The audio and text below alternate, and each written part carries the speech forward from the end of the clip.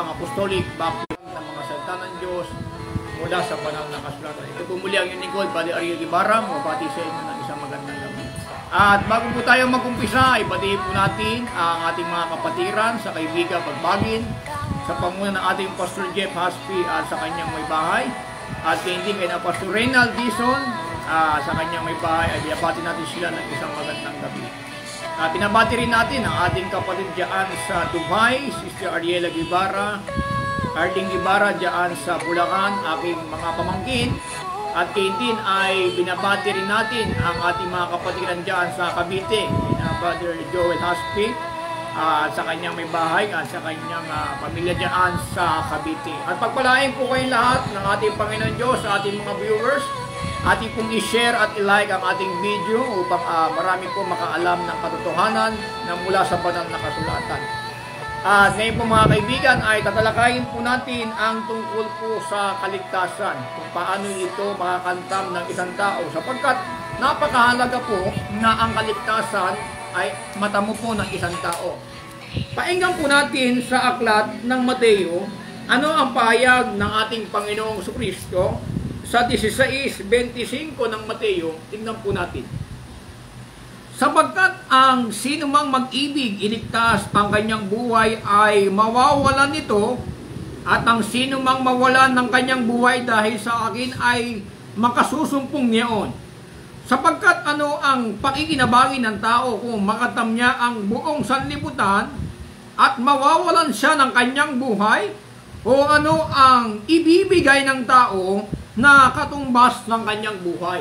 Pinapahayag po ng ating Panginoong Jesucristo na dito mga kaibigan, sapagkat ang sinumang mag-ibig na iligtas ang kanyang buhay. Ito po mga kaibigan ay sariling pamamaraan na ating pagligtas sa ating buhay. So sabi diyan, ang sinumang mag-ibig na iligtas ang kanyang buhay. So ito po ay pamamaraan ng tao na ililigtas niya ang buhay, kanyang buhay ay mawawalan ito. Ngunit ang pahayag ng Panginoong Jesucristo, ang sinumang mawalan ng kanyang buhay dahil sa akin ay makasusumpong niyon. So magkakaroon po tayo mga kaibigan ng kaligtasan kung tayo po ay makakasumpong mga kaibigan. Sabi rito, sapagkat ang sinumang mawalan ng kanyang buhay dahil sa akin ay makasusumpong niyon. So ang buhay mga kaibigan, kung tayo po ay sa sarili nating paraan yung ating pagkaligtas na hindi sa pamamagitan ng Panginoong Jesucristo, sapagkat ang kaligtasan po ay masusumpungan po sa ating Panginoong Jesucristo. Ano ang pahayag ng ating Panginoong Jesucristo? Dito po sa aklat ng 1, ito po ang kanyang pahayag sa 14 at ang bersikulo po ay 6. Ito po ang pahayag ng Panginoong Jesucristo. Sinabi sa kanya ni Jesus, ako ang daan at ang katotohanan at ang buhay. Sino man ay hindi makaparoroon sa Ama kundi sa pamamagitan ko. So sa pamamagitan po ng ating Panginoong Jesucristo mga kaibigan, dahil sabi niya, ang sino mang mawalan ng kanyang buhay dahil sa akin ay makasusumpong niyon. Bakit? Sapagkat ang Panginoong Jesucristo, siya ang daan at ang katotohanan at buhay. Kung gusto po natin magkaroon ng buhay, mga kaibigan, tayo po ay mawawalan ng buhay dahil sa ating paglilingkod sa ating Panginoong Jesucristo. Ngayon po mga kaibigan at mga kapatid, sa ating bang sariling, mga kaibigan, tayo po ba ay kaya pa natin iligtas ang ating sarili sa pamamagitan ng ating mga gawa, mga kaibigan at mga kapatid? Ang kaligtasan po mga kaibigan ay matatamo po natin sa ating pananampalataya sa ating Panginoong Jesucristo. Painggan po natin ang pamamaraan po ng banal na kasulatan dito po sa aklat ng Marcos, Kapitulo 16 at ang bersikulo ay 15 ay ganito. Ang sinabi niya sa kanila, magsiyaon kayo sa buong sanlibutan at inyong ipangaral ang ibanghelyo sa lahat ng kinapal.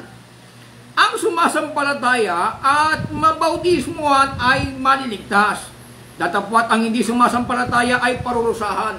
Ito po mga kaibigan ay pamamaraan po ng ating Panginoong Jesucristo upang matamo po natin ang kaligtasan ng ating buhay. Kasi nga, ang payag ni Jesucristo, ang sino man mag-ibig, iligtas ang kanyang sariling buhay, ay mawawalan ito. Datapot ang mawalan ng kanyang buhay dahil sa akin ay makasusumpong niyon.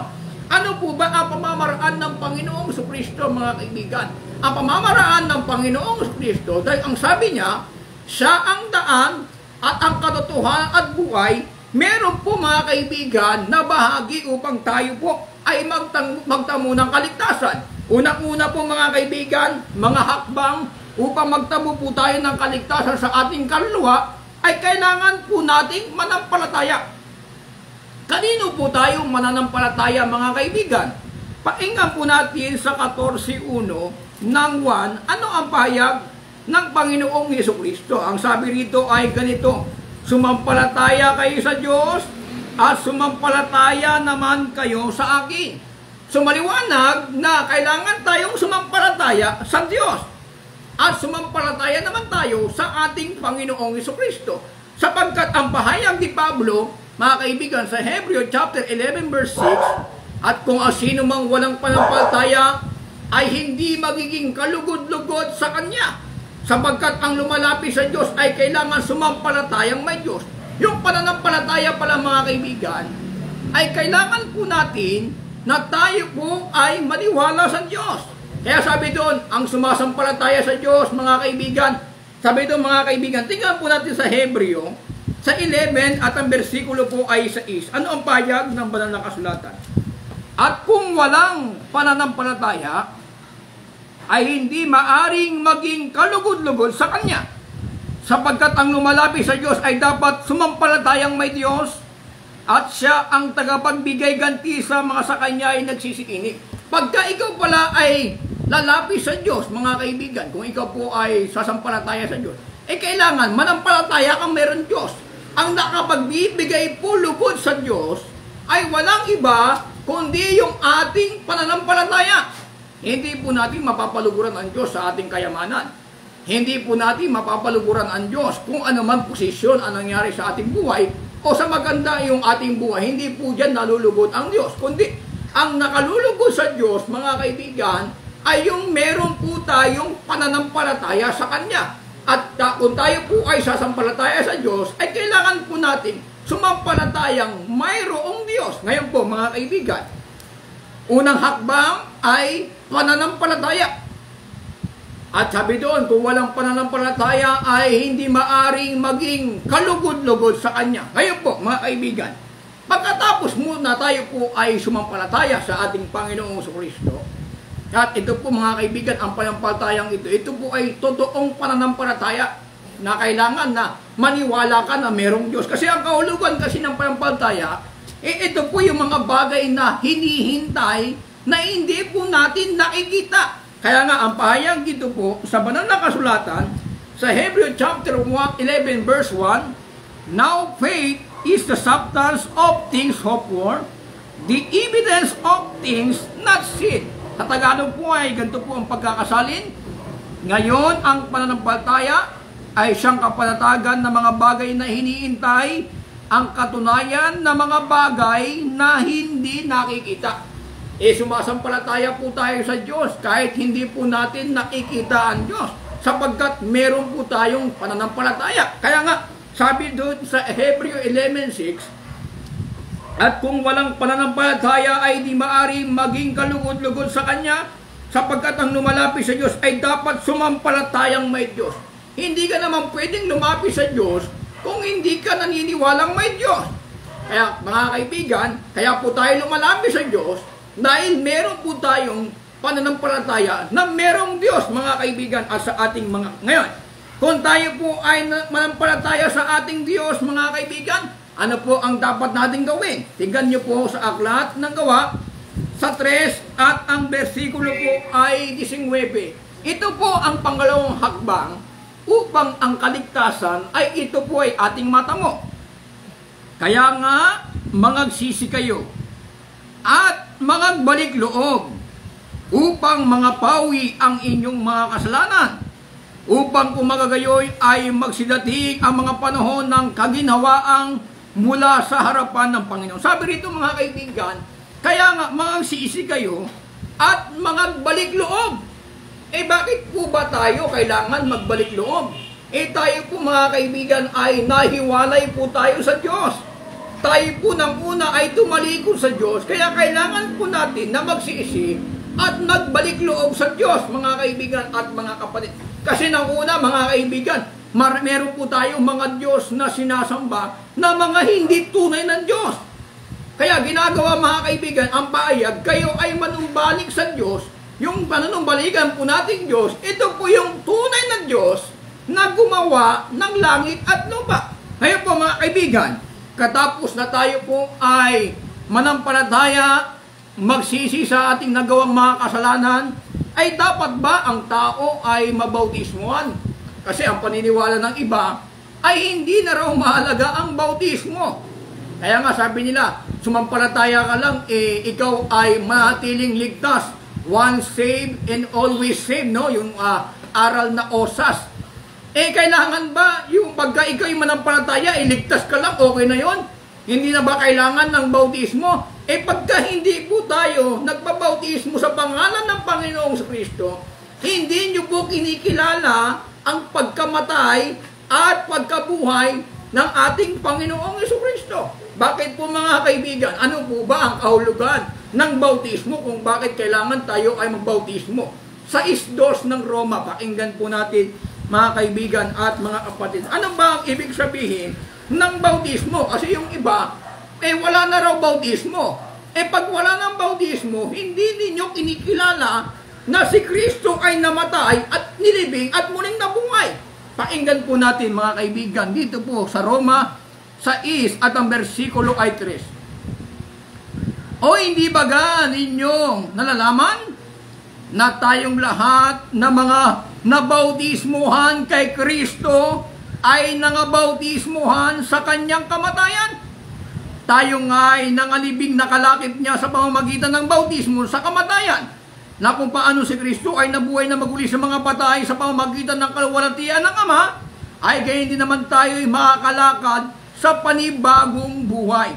Sapagkat kung tayo nga ay naging kalakip niya dahil sa kawangisan ng kanyang kamatayan, nang magagayoy din naman tayo dahil sa kawangisan ng kanyang pagkabuhay na maguli. Ang bautismo pala mga kaibigan, ito pala ay kawangisan ng kanyang kamatayan. At sa ating pagbangon, mga kaibigan, sa tubig, pag-aahon natin, siya namang kawangisan nang tayo po ay bumango sa panibagong buhay. Ang bautismo, mga kaibigan, sumisimboloy po ito sa kamatayan ng ating Panginoong Jesucristo. Kaya nga, ang pahayag ni Pedro doon sa Gawa 2:36, tignan po natin, mga kaibigan at mga kapatid. Ito ba ay kumukontra kay Apostol Pedro? 2:36 sabi doon, pakatalastasin nga ng buong angkan ni Israel na itong si Jesus na inyong ipinako sa krus ay ginawang Kristo at Panginoon. Nang narinig ito ng mga Israelita, mga Hudyo, nang sinabi ni Pedro, pakaalamin nga ng buong angkan ni Israel, itong si Jesus na inyong ipinako sa krus ay ginawang Kristo at Panginoon. Nang narinig nila ito, anong sabi? Nang marinig nga nila ito ay nangasakta ng kanilang puso. Yung Jesus pala na pinako nila, yung pala yung Kristo at Panginoon na hindi nila nakilala. Ano sabi? Mga kaibigan, nangasakta ng kanilang puso at sinabi kay Pedro at sa ibang mga apostol, mga kapatid, ano ang gagawin namin? Napako na nila si Kristo Magsisiman sila sa kanilang kasalanan dahil pinako nila si Jesus na yung pala ang Kristo. Wala na sila magawa dahil nagawa na nila yung pagpatay kay Kristo. Nasaktan sila nang ito'y isinabi ni Pedro. Ngunit anong solusyon ni Pedro, mga kaibigan, dahil doon sa kasalanan na kanilang pinapako ang Jesus na sa Kristo? 38. Anong sabi ni Pedro? Sinabi sa kanila ni Pedro, mangagsisi kayo. Anong pagsisisiyan ng Israel? Pinako nila yung Jesus na Kristo at Panginoon kasi hindi nila yung nakilala. Bakit? Magsisi kayo at magbautismo ang bawat isa sa inyo sa pangalan ni Jesucristo, na kinikilala nila na si Jesus ay namatay, inilibing at muling nangabuhay sa pamamagitan ng bautismo sa pangalan ng Panginoong Jesucristo. Kaya kailangan nilang magsisi sa kanilang nagawang kasalanan. Bakit? Ipinako nila si Jesus, yung pala yung Kristo at Panginoon na hindi nakilala ng sanlibutan ito. 2:8 mga kaibigan ng unang Korinto. Pakinggan nyo ang pahayag ng banal ng kasulatan ay ganito. Kundi sinasalta namin ang karunungan ng Diyos sa hiwaga, yaong karunungan na itinilaga ng Diyos bago nilalang ang sanlibutan sa ikaluluwalhati natin na hindi napagkilala ng sinumang pinuno sa sanlibutan ito, sapagkat kung nakilala sana nila ay dising di ipinako sa krus ang Panginoon ng kaluwalhatian. So yung karunungan pala ng Diyos na itinilaga bago ang sanlibutan ay naging gayon, ito pala ay hindi nakilala ng sinumang pinuno sa sanlibutan. Sabi ni Pablo, kung nakilala sana nila ay dising hindi ipinako sa krus ang Panginoon ng kaluwalhatian. Hindi pala nila nakilala si Jesus na yung pala ang Kristo at Panginoon, kaya kanilang pinako sa krus. Mga kaibigan, para mapatawad sila, kailangan nila dumaan, mga kaibigan, sa bautismo sa pangalan ng ating Panginoong Jesucristo. Pagkatapos nilang mabautismo sa pangalan ng Jesucristo, ano ang pahayag ng Biblia? Sa ikapagpapatawad ng inyong mga kasalanan at tatanggapin ninyo ang kaloob ng Espiritu Santo. Yung mga ibang ayaw magpabautismo sa pangalan ng Panginoong Jesucristo, sabi ni Pablo, pakinggan nyo, yung mga ayaw magpabautismo sa pangalan ng Panginoong Jesucristo. Sa Hebreo, sa ano ang sabi mga kaibigan sa versikulo 6? At sa kanahiwalay sa Diyos, di na maaring baguhin silang muli sa pagsisisi, yamang kanilang pinapakong muli sa ganang kanilang sarili ang anak ng Diyos, inilalagay na muli siya sa hayag na kahihiyan. Bakit natin ayaw tanggapin si Kristo sa bautismo? Ang bautismo, ito po ay makapagliligtas sa ating mga nagawang kasalanan. Ano po ba yung ating nagawang kasalanan ng una? Nang una po mga kaibigan, sumasamba po tayo sa hindi tunay na Diyos. Sumasamba tayo sa hindi tunay na Kristo. Kaya tayo po ay pinagsisisi ng banal na kasulatan yung hindi natin pagkakilala sa Diyos. Bakit? Kasi pinalitan nila ng kasinungalingan ang katotohanan ng Diyos ng larawang nasisira. Painggan po natin mga kaibigan. Ito ang dapat pagsisiyan ng mga tao yung kanilang pinalitan ang katotohanan ng kasinungalingan. Tingnan po natin sa Roma 1 at ang bersikulo po ay 25. Sapagkat pinalitan nila ang katotohanan ng Diyos ng kasinungalingan, sila ay nagsisamba at nangaglingkod sa nilalang kaysa lumalang. Siyang pinupuri magpakailanman siya nawa. Kita mo ang ginawa ng tao. Anong kasinungalingan yun? Yung ginawa mo, sinamba mo, pero yung gumawa sa'yo, hindi mo sinamba. Yan po ang naging kasinungalingan na ginagawa ng tao, mga kaibigan, sa ating mga... Kaya nga, sinabi ng banal na kasulatan, ito po ay Diyos-Diyusan, dahil ito po ay hindi tunay na Diyos. Sabi nila, si Kristo raw ay hindi tao. Kung si Kristo pala ay hindi tao, hindi tao-tauhan lang si Kristo, hindi tunay na tao.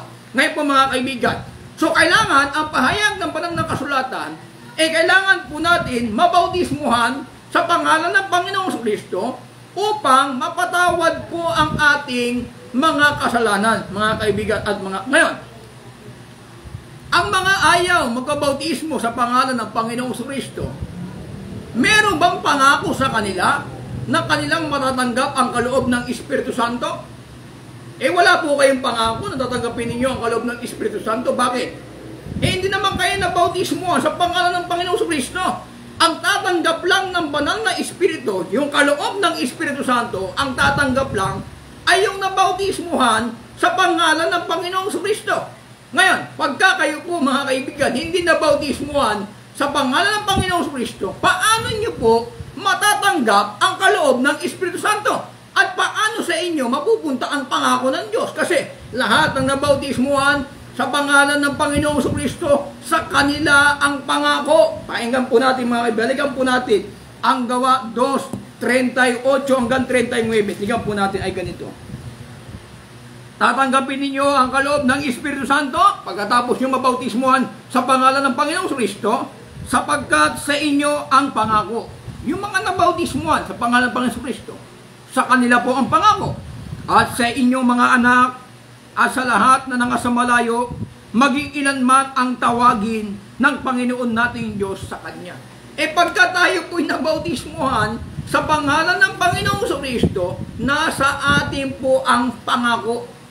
Kaya nga sabi ni Pablo doon sa Galacia, ang sino man sa inyo'y binautismuhan kay Kristo ay ibinihis ni Kristo. Pagka tayo po ba ay nabautismuhan kay Kristo at binihis tayo ni Kristo, ano po ba ang tawag sa atin ng banal na kasulatan pag tayo po ay nabautismuhan, mga kaibigan, at binihis natin si Kristo?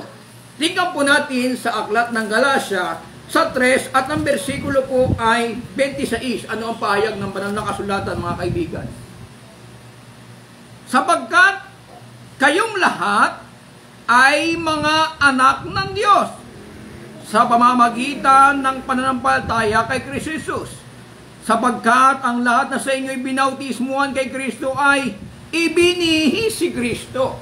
Pagka tayo pala ay sumasampalataya kay Kristo, tayo po'y anak ng Diyos sa pamamagitan ng pananampalataya sa ating Panginoong Kristo. Kung tayo po ay nananampalataya sa ating Panginoong Kristo, kailangan po natin ibihis si Kristo. Tayo po ay tinatawag na anak ng Diyos. Tuloy po natin. Sapagkat ang lahat sa inyo binautismuhan kay Kristo ay ibinihis si Kristo, walang magiging Hudyo o Grego man, walang magiging alipin o malaya man, walang magiging lalaki o babae man, sapagkat kayong lahat ay iisa kay Kristo Jesus. At kung kayo kay Kristo, kayo nga'y binhi ni Abraham at mga tagapagmana ayon sa pangako. Yung mga nagbihis kay Kristo, mga kaibigan, sila po ay mga tagapagmana ayon sa pangako. Kaya doon sa Gawa 2:39, sa inyo ang pangako. Saan? Sa mga nabautismuhan sa pangalan ng Panginoong Kristo. Paano po natin matatanggap ang banal na Espiritu Santo kung hindi po tayo mababautismuhan sa pangalan ng Panginoong Kristo? Sapagkat, mga kaibigan, lahat po ng nabautismuhan sa pangalan ng Panginoong Kristo, sila po ay nakatanggap ng kaloob ng Espiritu Santo. Tungayan po natin. Unahin po natin yung mga taga-Samaria na ipinangaralan po ni Felipe, mga kaibigan, no? Ang pahayag dito ng banal na kasulatan, bagong matanggap ng mga taga-Samaria ang Espiritu ng Diyos, and sila po ay nagbabautismo sa pangalan ng Panginoong Kristo. 8:12 ng Gawa. Tingnan po natin. Natapwat nang magpasimula, nagsipaniwala sila kay Felipe. Si Felipe po nangaral sa Samaria, na nangangaral na mabuting balita tungkol sa kaharian ng Diyos, at sa pangalan ni Jesucristo ay nangabautismuhan ang mga lalaki at mga babae. Yung nangaral po si Felipe sa Samaria, mga kaibigan at mga kapatid, na sila po ay nagsipaniwala kay Felipe na nangangaral ng kaharian ng Diyos, at sa pangalan ng Panginoong Kristo, sila ay nagsipaniwala at sila ay nagpabautismo. Ano po nangyari, mga kaibigan? At si Simon man ay naniwala rin, at nang mabautismuhan na, ay natili siyang kasama ni Felipe. At nang makita ng mga tanda at mga dakilang himalang ginawa, ay napahanga siya. Ito po si Simon, mga kaibigan. Ito po ay isang manggagaway sa Samaria. Nang nakita niya yung nabautismuhan, pati siya naniwala kay Felipe, gumagawa si Felipe ng mga himala at tanda, napahanga ito si Simon. Anong nangyari, mga kaibigan? Nang mabalitaan nga ng mga apostol na lang sa Jerusalem, na tinanggap ng Samaria ang salita ng Diyos, sinugo nila sa kanila si Pedro at si Jesus. Yung pala, mga kaibigan, pagka tayo po ay nagpabautismo, ito po, mga kaibigan, ay tanda ng pagtanggap natin sa salita ng Diyos.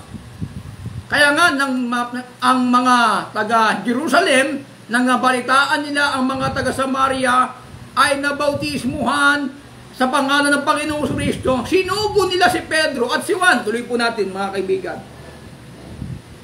At nang mabalitaan nga ng mga apostol na nasa Jerusalem na tinanggap ng Samaria ang salita ng Diyos, ay sinugo nila sa kanila si Pedro at si Juan.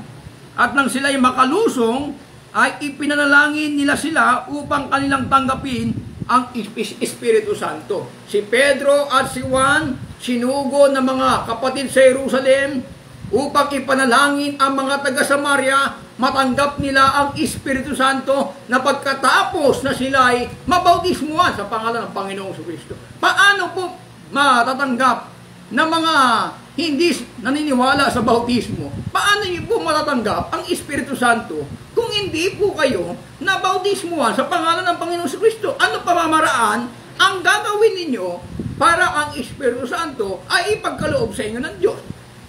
Kailangan may proseso. Bago po tayo makatanggap ng Espiritu Santo, kailangan po natin, mga kaibigan, mabautismuhan sa pangalan ng Panginoong Kristo. Ngayon, sa mga hindi naniniwala sa bautismo sa pangalan ng Panginoong Kristo, paano nyo po mapapatunayan na matatanggap ninyo ang Espiritu Santo? Yun po ang isang question, mga kaibigan at mga kapatid. Ngayon, tingnan po natin. Sapagkat ito hindi pa bumababa sa kanino man. So, yung Espiritu Santo hindi pa bumababa sa mga taga-Samaria, kundi sila ay nangabautismuhan lamang sa pangalan ng Panginoong Hesus. So, kailangan magkasama ito. Bautismo sa pangalan ng Panginoong Kristo at kailangan nilang matanggap ang kaloob ng Espiritu Santo. Yan po, mga kaibigan, ay pagpapatunay. Bakit?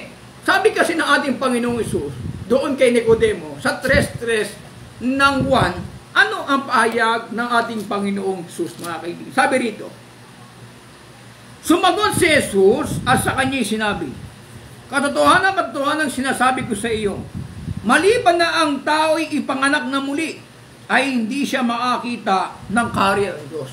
Kailangan tayo po ay maipanganak muli para tayo po ay makakita ng kaharian ng Diyos. Ano po ba ang pamamaraan para tayo po ay ipanganak muli? Tuloy po natin. Ang sinabi sa kanya ni Nicodemo, paanong maipapanganak ang tao kung siya'y matanda na? Makakapasok baga siyang bilang ikalawa sa tiyan ng kanyang ina at ipanganak? Ito po, mga kaibigan, si Nicodemo, ito po ay isang guro sa Israel. Isa po itong Pariseo, mga kaibigan. No? Siya po ay lihim na nakikipagkita kay Jesus. Kasi mahirap, mga sa panahon nila, pagka ikaw ay sumampalataya kay Jesus, palalayasin ka sa sinagoga. Lalo na ito, si Nicodemo, may katungkulan siya bilang Pariseo, mga kaibigan. Ngayon, tinanong niya si Jesus, paano ipapanganak ang tao kung siya ay matanda na? Papasok baga siyang bilang ikalawa sa tiyan ng kanyang ina at upang siya ipanganak muli? Ano po ang sagot ng Panginoong Kristo? Sumagot si Jesus, katotohanan sinasabi ko sa iyo, maliban na ang tao'y ipanganak ng tubig at espiritu, hindi siya makakapasok sa kaharian ng Diyos. So, kailangan pala, mga kaibigan, ipanganak tayo sa tubig at espiritu. Para tayo po ay makapasok sa kaharian ng Diyos. Sabi po, mga kaibigan, ng ibang mga ngaral, hindi raw literal na tubig yun. Kaya raw yung bautismo, hindi raw literal yun na tubig. Yun, anong klaseng tubig yun? Nung pinautismohan si Kristo doon sa ilog ng Jordan, literal na tubig yun sabi nila, hindi raw tubig yun, yung bautismo na yun na ginaganap ng Panginoong Kristo, kasi hindi raw literal yung sa John chapter 3 verse 5, hindi raw literal na tubig at espiritu yon. Kaya ang bautismo raw hindi raw literal na tubig. Kung hindi literal na tubig yon, pakinggan nyo ang payag ng banal na kasulatan, mga kaibigan. Yung ba ay hindi literal na tubig? Tingnan po natin ang pangangaral po ni Felipe nung kasama niya po yung bating. Tingnan po natin anong kaganapan kung sinasabi nila na hindi ito literal na tubig. Kasi raw tubig at espiritu. Yung tubig daw ng bautismo, hindi raw literal na tubig yon. Tingnan po natin sa Gawa. Dito po sa 8, at ang bersikulo po ay 34. Sabi rito ay ganito. No? Babasahin natin, mga kaibigan. At sumagot ang bating kay Felipe, at sinabi, ipinapamani ko sa iyo, kaninong sinasabi ng propeta ito? Sa kanyang bagang sarili o sa animang iba? So ito, mga kaibigan, nang nakita ni Felipe ang bating, meron po siyang binabasa na scroll. No, natagpuan kasi ng bating yung aklat ni Propeta Isaias. Sabi niya doon kay Felipe, kanino tinutukoy ito? Sa kanyang sarili o sa iba? Ano ang pahayag ni Felipe doon sa bating? Tuloy po natin. At binuka ni Felipe ang kanyang bibig. At pagpasimula sa kasulatang ito, ay ipinangaral sa kanya si Jesus. Yung aklat pala yung mga kaibigan, yung scroll na tinutukoy ni Isaias, ito pala ay pumapatungkol sa ating Panginoong Jesus. Ano ang nangyari mga kaibigan at mga kapatid? At sa pagpapatuloy sa daan, ay nagsidating sila sa dakong may tubig. May tubig, wala. May tubig Tuloy. Sinabi ng bating, narito ang tubig. Ano ang nakakadlang upang ako'y bautismuhan? Kailangan ba ng tubig sa bautismo? Hindi. Yung bating nasa karo No, habang nag-uusap sila sa karo, pinaliwanag ni Felipe sa bating, yung binabasa mo dyan sa aklat, yan ay tumutukoy sa Panginoong Hesus. Dumaan sila sa maraming tubig. Sabi ng bating, anong makakahadlang upang ako hindi mabautismuhan? Nandito tayo, marami ng tubig dito. Iyon ba, hindi literal na tubig? O tuloy, 37. At sinabi ni Felipe, kung nananampalataya ka ng buong puso ay mangyayari, at sumagot siya at sinabi, sumasampalataya ko na si Jesucristo ay anak ng Diyos. At ipinag-utos niya, itigil ang karo. At sila'y kapwa lumusong sa tubig.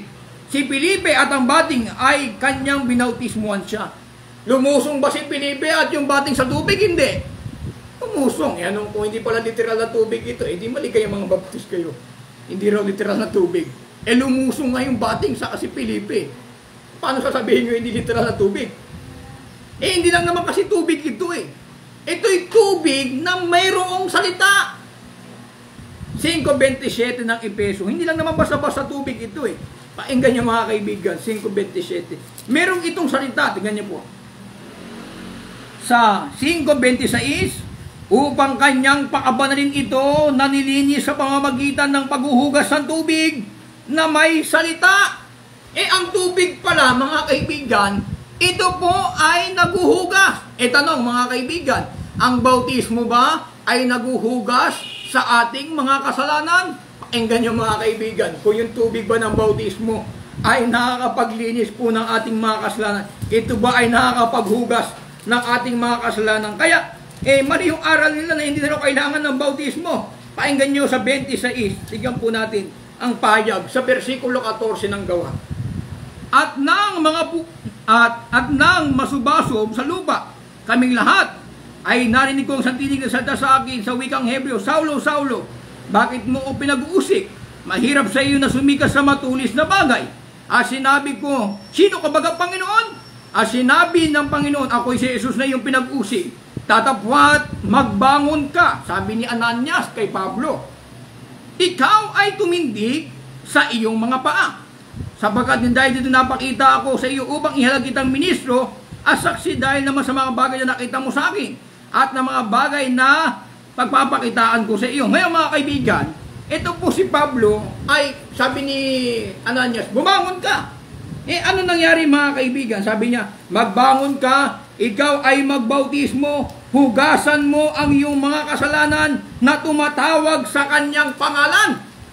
Maliwanag ang pahayag ng banal na kasulatan na yung bautismo, ito po ay naguhugas sa ating mga kasalanan mga kaibigan at mga kapatid. 22:16 ng Gawa, tingnan nyo. At ngayon, bakit ka tumigil? Sabi ni Ananias kay Pablo, magtindig ka, ikaw ay magbautismo at hugasan mo ang iyong mga kasalanan na tumatawag sa kanyang pangalan. Tanong, ang bautismo ba, naguhugas ba ng kasalanan o hindi? Sasabihin niyo, hindi na kailangan ng bautismo. Malaga ang bautismo Ang bautismo ay pagpapatawad ng mga kasalanan, mga kaibigan. Sabi niyo, hindi literal na tubig. Bakit tumigil yung si Felipe sa kayong bating doon sa maraming tubig? Hindi pala literal na tubig yun. At pinahinto ang karo at sila'y kapwa lumusong sa tubig, si Felipe at ang bating, at siya'y binautismuhan niya. Yan ngayon natutulan ninyo. Sabihin nyo, hindi literal na tubig.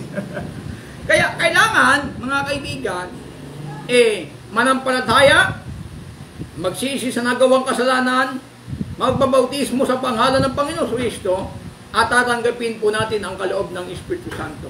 Ngayon po mga kaibigan, matatapos na ba roon sa pagtinanggap natin ng Espiritu Santo? Tapos na ba ang ating katungkulan sa ating Diyos, mga kaibigan at mga kapatid? Ano pa po ang ating gagawin? 12:14 ng Hebreo. Pakinggan po natin ang pahayag ng banal na kasulatan. Sabi rito ay ganito, sundin ninyo ang kapayapaan sa lahat ng mga tao at ang pagpapakabanal. Kung wala ito'y sino man ay hindi makakakita sa Panginoon. Sabi ng banal na kasulatan, sundin ninyo. Sabi dito mga kaibigan, ang pagpapakabanal, ang kapayapaan sa lahat ng mga tao at pagpapakabanal. Kung wala ito'y sino man ay hindi makakita sa Panginoon. Kailangan, mamuhay din po tayo na merong kapayapaan. Hindi ka naman magiging banal kung wala kang kapayapaan. Yung iba, nagbabanal-banalan daw, banal daw, pero maraming kaaway. Pero wala naman siya kapayapaan sa buhay niya. Po, mahirap mga kaibigan. Ang unang sinabi ni Pablo, sundin ninyo ang kapayapaan sa lahat ng mga tao at pagpapakabanal. Ngayon, ang pagpapakabanal ba ito ba'y panapanahon lang o araw-araw? Lucas 1 at ang bersikulo po ay 75. Ano ang payag ng Biblia? Sa kabanalan at sa katwiran, sa harap niya lahat ng ating mga araw. Everyday mga kaibigan, na tayo po ay mamumuhay sa kabanalan. In holiness and righteousness before Him all days of our life. Sa lahat po ng ating buhay mga kaibigan. Kaya, kailangan mga kaibigan, meron pong ang kaligtasan ay pamamaraan ng ating Panginoong Kristo. Kasi sabi ni Kristo, ang sino man mag-ibig na iligtas ang kanyang buhay ay mawawalan nito. So, mga kaibigan, maliligtas natin ang ating buhay kung sa ating sarili, pero maligtas man ang ating buhay dahil sa kagutom, kahirapan, kaya natin ligtas ang ating buhay. Pagdating dyan sa mga problema, no? Sa kagutom, kahirapan, maliligtas po natin. Pero, pagdating po mga kaibigan, sa spiritual, ito po itutukoy ni Kristo, na pagdating po sa spiritual na kaligtasan, ay hindi po natin maililigtas ang ating sarili sa ating sariling pamamaraan. Bakit mga kaibigan? Kung kaya pala natin iligtas ang ating sarili sa ating sariling kapamalaan, hindi na kailangan bumaba ang Kristo sa lupa para tubusin tayo. Kaya pala natin iligtas ang ating sarili. Bakit? Kasi ng Old Testament mga kaibigan, wala pong na-justify sa harapan ng Panginoon. Lahat nagkasala mga kaibigan, mga kapatid. So tayo po ay ma-justify kung tayo po ay mananampalataya sa ating Panginoong Jesucristo. Kaya kailangan po mga kaibigan ay tayo po ay manampalataya, magsisi sa nagawang kasalanan, magbabautismo sa pangalan ng Panginoong Jesucristo, at pagkatapos po tayo mabautismoan ay tatanggapin po natin ang kaloob ng Espiritu Santo mga kaibigan. At pagkatapos po niyan, tayo po ay mamumuhay na may kabanalan at meron pong kapayapaan. Ngayon, mga kaibigan, yung pamumuhay ba natin na may kabanalan, ito ba ay may kasamang pagtitiis? Meron po. Ang pahayag ng Panginoong Kristo, ang magtitiis hanggang sa wakas ay siyang maliligtas. Kailangan po rin natin ng pagtitiis. Kailangan din po natin ng tiyaga sa ating paglilingkod sa ating Panginoong Kristo. Kaya po mga kaibigan, nananawagan po kami sa ating mga viewers na hindi pa po na nagbabalik loob sa Panginoon. Meron pa pong panahon mga kaibigan, magbalik loob po tayo sa Diyos. Hindi mo pwede sabihin na hindi mo kailangan ng Diyos. Kailangan natin ng Diyos mga kaibigan. Bago man dumating ang ating Panginoong Kristo, kailangan po ay makapagbalik loob tayo sa ating Panginoon. Alam niyo po mga kaibigan, ay wala rin pong kwenta ang buhay kung ang ating buhay ay hindi natin igagamit sa Panginoon. Mawawalan po ng saysay ang buhay natin mga kaibigan kung hindi natin nakilala ang Diyos mga kaibigan at mga kapatid. Kaya nga po sa ating mga kapatiran, encourage ko po sa inyo, pagka-araw po ng linggo ay wag po natin ipagpaliban ang ating paglilingkod sa ating Panginoon. Malapit na pong bumalik ang Panginoon, mga kaibigan. Sabi po ng banal na kasulatan, siya ay nasa mga pintuan na. Pagka siya po ay nasa pintuan na, mga kaibigan, gaano po kalapit yun, mga kaibigan, at sa ating mga kapatid. Kaya, sabi ng Panginoon, at sino man mag-ibig, iligtas ang kanyang buhay, ay mawawalan nito. Datapot ang sino man mawawalan ng buhay dahil sa akin, ay makasusumpong yun. Sapagkat ano ang makakamtam ng tao? Mga kaibigan, no? Kumakantam niya ang buong sanlibutan, kung mapahamak man ang iyong buhay. Yumaman ka man, maging bilyonaryo ka man, maging trilyonaryo ka man, mga kaibigan, yung pera mo ay hindi ka kayang iligtas pagdating po sa kaarawan ng pag-uwi. Kaya nga, sa Zephaniah chapter 1 verse 18, na ang kanilang pilak at ginto ay kanilang itatapon sapagkat ito hindi makakapagliligtas sa kanila sa kaarawan ng kapukutan ng Panginoon Diyos. Ano po ba ang mahalaga? Mahalaga ba ang kayamanan? O mahalaga yung kaligtasan ng ating kaluluwa? Amili po tayo, mga kaibigan at mga kapatid. Kaya nga po, pinapahayag po namin sa inyo na kailangan po tayo sumampalataya, magpabautismo sa pangalan ng Panginoong Kristo upang mapatawad po ang ating mga kasalanan at tatanggapin po natin ang kaloob ng Espiritu Santo. Kaya nga po, mga kaibigan, lagi kaming tumutuktok sa inyong mga puso, pagbigyan po natin ang Diyos. Paglingkuran po natin ang Panginoon. Kilalanin natin siya. Dahil ang pahayag ng Panginoon, dito po sa Ecclesiastes 12, at ang bersikulo po ay 13, ito ang wakas ng bagay. Ito po ay pinapahayag, mga kaibigan, ni Solomon. Kung babasahin po natin sa Ecclesiastes chapter 12, verse 1 to 12, ito po ay pumapatungkol sa buhay mula ang tao sa pagiging malakas. Siya po ay patanda ng patanda at pahina ng pahina. Pero sabi ni Solomon, ito ang wakas ng bagay. Lahat ay narinig. Ikaw ay matakot sa Diyos. Sundin mo ang kanyang mga utos. Sapagkat ito ang buong katungkulan ng tao. Sa ngayon, mga kaibigan, ang katungkulan ng Diyos sa tao ay nakakalimutan na nila. Yung kanilang pagsamba, sabi ni Pablo, huwag nating pabayaan ang ating pagkakatipon na gaya ng ginagawa ng iba. Ito, mga kaibigan, hindi lang po ito sa mga unbeliever, kundi sa mga believers din na nakikinig. Huwag po nating pabayaan ang ating pagkakatipon. Sapagkat sa ating pagkakatipon, doon po natin ginaganap ang ating pagsamba sa ating Diyos, mga kaibigan. Ngayon, sapagkat dadalhin ng Diyos ang bawat gawang kahatulan, pati ang bawat kubling bagay, maging ito'y mabuti o maging ito ay masama. Kaya napaka-importante, mga kaibigan. Sabi yun, ito ang wakas ng bagay, lahat ay narinig, ikay matako sa Diyos, sundin mo ang kanyang utos sapagkat ito ang buong katungkulan ng tao. Kailan pa po tayo lalapit sa Diyos? Pag tayo ay mahina na, pag hindi na ba natin kaya maglakad, saka lang ba tayo lalapit sa Panginoon? Kaibigan, habang malakas po tayo, alalahanin po natin ang may lalang sa atin, mga kaibigan.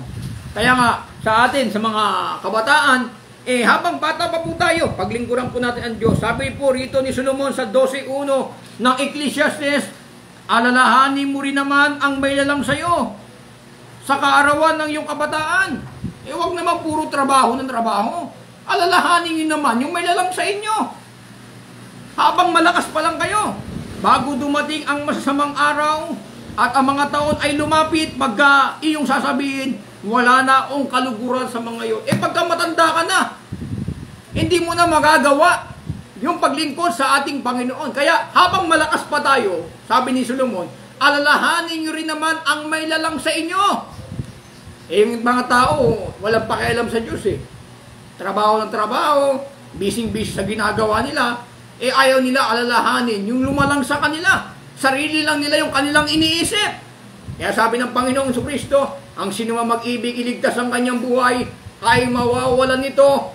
Tatapwat ang mawalan ng kanyang buhay dahil sa akin, ay makasusupong yan. So pagpalain po tayo, mga kaibigan, ng ating Panginoon Diyos. Pinapati natin ang ating mga viewers na patuloy pong sumusubaybay sa Apostolic Back to the Bible. Kung meron po tayong mga katanungan, mga kaibigan, tayo po ay pwede pong mag-comment o magtanong mga kaibigan dyan po sa ating din. At sa gaganapin po mga kaibigan na Sunday, ito po ay gaganapin September 8, 2024. Ito po ay gaganapin namin. Isa po itong debate. No? So, September 8, 2024 ay meron po tayong haharaping debate kay Pastor Nilo Bartolabak. Ito po ay sa church ng Iglesia ng Jerusalem. Sa Sunday po mga kaibigan ay wala po tayong ganitong FB Live. Kundi ang ating FB Live pagdating po ng Sunday ay yun po ay pakikipagtalakayan tungkol po sa ating Panginoong Kristo. Ang tema po namin mga kaibigan, subaybayan po natin, no? Ang tema po ay patutunayan ko na si Kristo ang Ama, Diyos at Ama ayon sa Biblia. Ang affirmative po ay si Pastor Nilo Bartolabak at negative side po ang inyong lingkod na si Brother Ariel Guevara. Ito po mga kaibigan ay sa kamarin, hindi ko pa alam kung anong eksakto. Ngunit tayo ating pong subaybayan, ito po ay alas 4 ng hapon hanggang alas 8 ng gabi. Kung loloobin ng Panginoon, kung aabot po ito ng alas 8. Ito po ay magandang pag-usapan mga kaibigan. Patutunayan niya na si Kristo ang Diyos at Ama. Yan po ay ating tututulan mga kaibigan, mga kapatid. No? Kaya pagpalain po tayo ng ating Panginoon Diyos. Tandaan po natin, September 8, Sunday, 4 p.m. and 8 p.m. ng hapon. Nawa po mga kaibigan ay panoorin po natin, subaybayan po natin, i-like po natin, at i-share po natin ang debating ito mga kaibigan. Ito po mga kaibigan ay hindi po ito pagpapagalingan sa Biblia, kundi kailangan po nating lutasin at malaman po natin ang katotohanan. Kailangan ang mga tao mabuksan sa katotohanan. Kaya nga ang tema namin ayon sa Biblia. Mga kaibigan, mga kapatid. Kaya binabati rin natin si Pastor Nilo Bartolabak, no? Sa September 8, diyan po tayo sa church ninyo ay tayo po yung magkakaroon po ng debate. Dapat nga may pre-debate tayo bago tayo mag-debate kasi kailangan masaayos nating rules. Kasi baka ating debate maging magulo kung wala tayong rules. At salamat din sa inyo na rin ang moderator, no? At kapasalamat tayo sa ating Panginoon Diyos. Nagkaroon po tayo ng debate kasi nga kaya nagkaroon po ng ganito mga kaibigan dahil nakarang FB Live natin ay nag-comment ito ang ating katunggali na tayo raw po ay wala sa katotohanan at mali ang ating tinuturo. Kaya po mga kaibigan at mga kapatid, tumawag siya sa akin, nanghamon siya ng debate.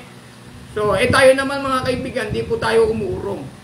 No, tinanggap po natin yung kanyang hamon na kami po ay magdebate. So, abangan po natin yan mga kaibigan sa ating mga kapatid at pagpalain po tayo ng ating Panginoon Diyos at binabati po natin ang ating mga kapatiran na sumusubaybay sa Apostolic Back to the Bible, ang MCGI, yung Iglesia ni Cristo, mga United Pentecostal Church na patuloy na sumusubaybay sa ating programa, and also maging sa ating mga kaibigan at mga kababayan maging sa ibang bansa. Kung kayo po ay nakakanood, kayo po, ito po ay i-like nyo at i-share ninyo mga kaibigan at sa ating mga kapatid. So muli po, ito po lingkod na si Brother Guevara na bumabati po sa inyo ng isang magandang gabi. Abangan po natin sa September 8, 2024, official ko pong tinatanggap ang hamon ni Pastor Nilo Bartolabak na debate. So pagpalain po kayo ng ating Panginoon Diyos.